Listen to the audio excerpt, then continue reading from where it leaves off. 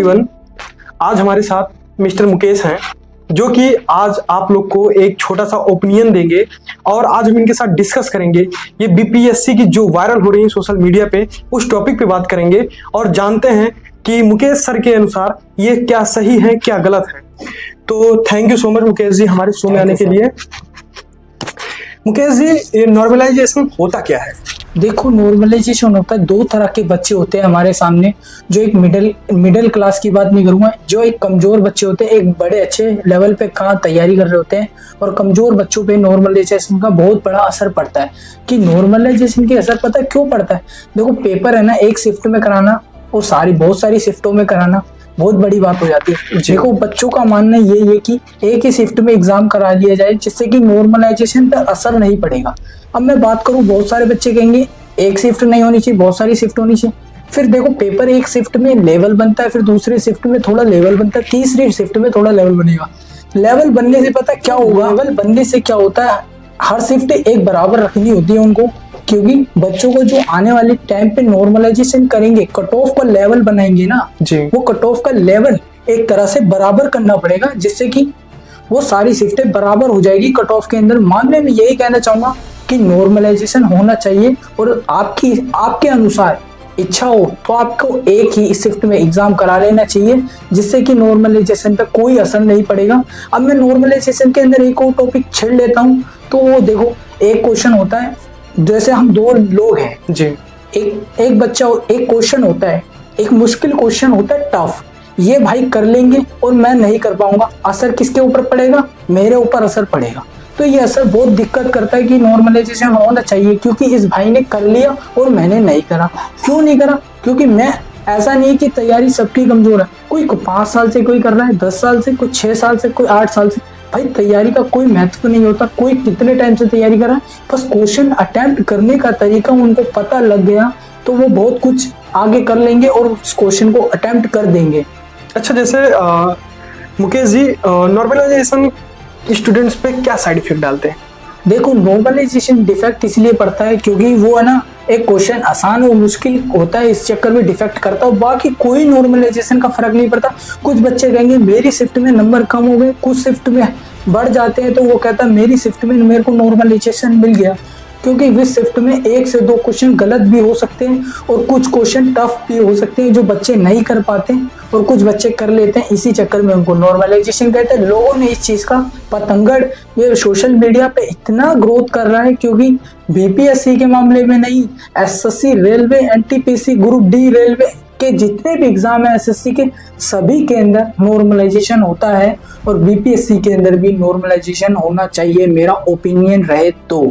क्योंकि हर बच्चा एक तरीके के नहीं होते, अलग अलग तरीके का होता है।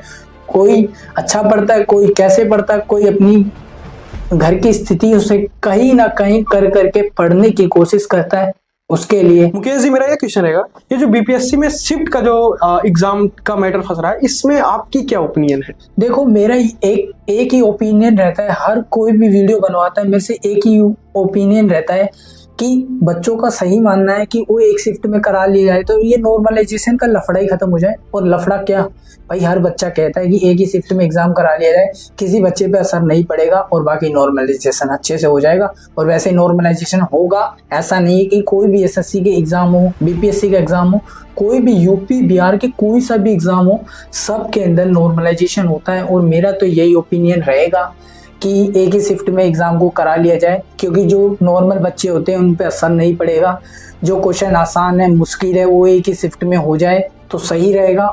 और बाकी और कुछ नहीं है कि बच्चे उस चीज़ से परेशान है कि अलग अलग शिफ्टों में करा लेते, कहीं पेपर लीक हो जाता है, कहीं पेपर की खरीदा जाता है, कहीं बिक जाता है, कहीं पैसे देके कंप्यूटर पे कर लेते हैं। ये सब गलत है, क्योंकि कराना है तो एक ही शिफ्ट में कराना है और एक ही दिन कराना है, क्योंकि जब भी मजा आएगा। क्योंकि बच्चों का सबका ये एक फायदा है, क्योंकि इतनी साल की मेहनत बर्बाद हो जाती है और लीक भी हो गया तो सालों की मेहनत तो बर्बाद है।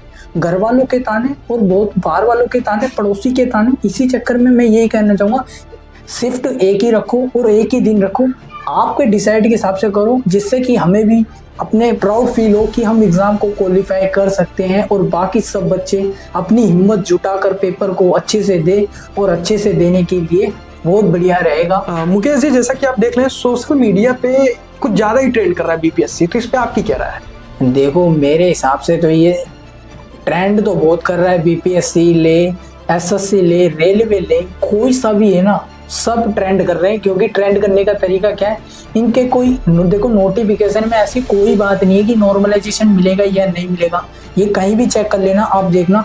और मीडिया पे, सोशल मीडिया पे ऐसे बंदे लोग, बड़े बड़े लोग, क्रिएटर सब ये अपनी वीडियोस बनाकर कह रहे हैं नॉर्मलाइजेशन होना चाहिए, कोई कह रहा है नहीं होना चाहिए।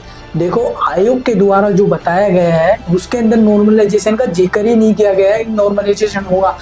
बाद में पता चलता है एग्जाम होने के बाद, आप सभी का एग्जाम होने के बाद पता चलता है कि मेरी शिफ्ट में नॉर्मलाइजेशन हुआ है, तेरी शिफ्ट में नहीं हुआ, तेरे नंबर बढ़े या मेरे नंबर बढ़े। देखो भाई नंबर सबके बढ़ते हैं, कहीं किसी के घट जाते हैं, शिफ्ट का भी एवरेज देखा जाता है। ऐसा नहीं है कि हर, देखो जो बच्चे एग्जाम देने जाते हैं ना उनको पता है कि पेपर कैसा लेवल का है, आसान है, मुश्किल है। देखो मीडिया पे पता क्या कहते हैं, रिव्यू देने का काम करते हैं। रिव्यू क्या है, कोई कहता है भाई मैं 100 के 100 मार्क आया, देखो जब रिजल्ट आता है वो पीछे रहता है एग्जाम में, जो बोलता है ना 100 में से 100 वो रिजल्ट के अंदर पीछे रहता है। जिनका रिव्यू नहीं आते ना, यूट्यूब पे कोई भी सोशल मीडिया पे ऐप है उन पे देख लेना कभी जाकर, जिनका रिजल्ट बनता है ना वो 100 में से 5% बंदे रिव्यू देते हैं और बाकी 95% लोग रिव्यू नहीं देते, क्योंकि उनका सिलेक्शन होता है। और रिव्यू देने का क्या फायदा। देखो आज के टाइम पे कोई सा भी एग्जाम हो ना उसके अंदर रिव्यू के लिए पूरा कैंसिल कर दिया गया। क्योंकि कैंसिल क्यों कर दिया, बाकी देखो आज मेरा पेपर है तो मैंने पेपर दिया और मैंने जो क्वेश्चन मैंने बताए और पेपर में आ रखे हैं और वही मैंने बता दिए, तो बच्चों पर क्या असर पड़ेगा। बस ये पता चलता है कि बंदा कि इस चैप्टर से क्वेश्चन उठा रहा है एग्जामिनर। देखो एग्जामिनर के बहुत सारे रूल होते हैं, हमारे को यार इतना नहीं नॉलेज है, फिर भी हम बताने की कोशिश पूरा करेंगे।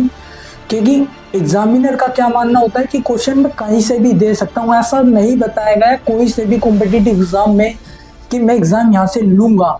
देखो आज तक कोई बुक बनाई है ना, ये मीडिया के थ्रू या कोई क्रिएटर बनाता है, इन बुकों को बनाया गया, आज तक उनसे बुकों में से नहीं लिया गया। बहुत से चांस है कि एनसीईआरटी को बहुत इन्होंने मॉडिफाई करके क्वेश्चन बनाते हैं। रेलवे लो, बीपीएससी लो, कोई सा भी क्वेश्चन हो सारे वहीं से आते हैं एनसीईआरटी को। जितने भी 10वीं 11वीं में पढ़िए, 12th में पढ़िए, वहीं से क्वेश्चन आ रहे हैं और आते रहेंगे। और आप सभी को पता भी चलता रहेगा कि क्वेश्चन कहाँ से छप रहे हैं और छपते रहेंगे।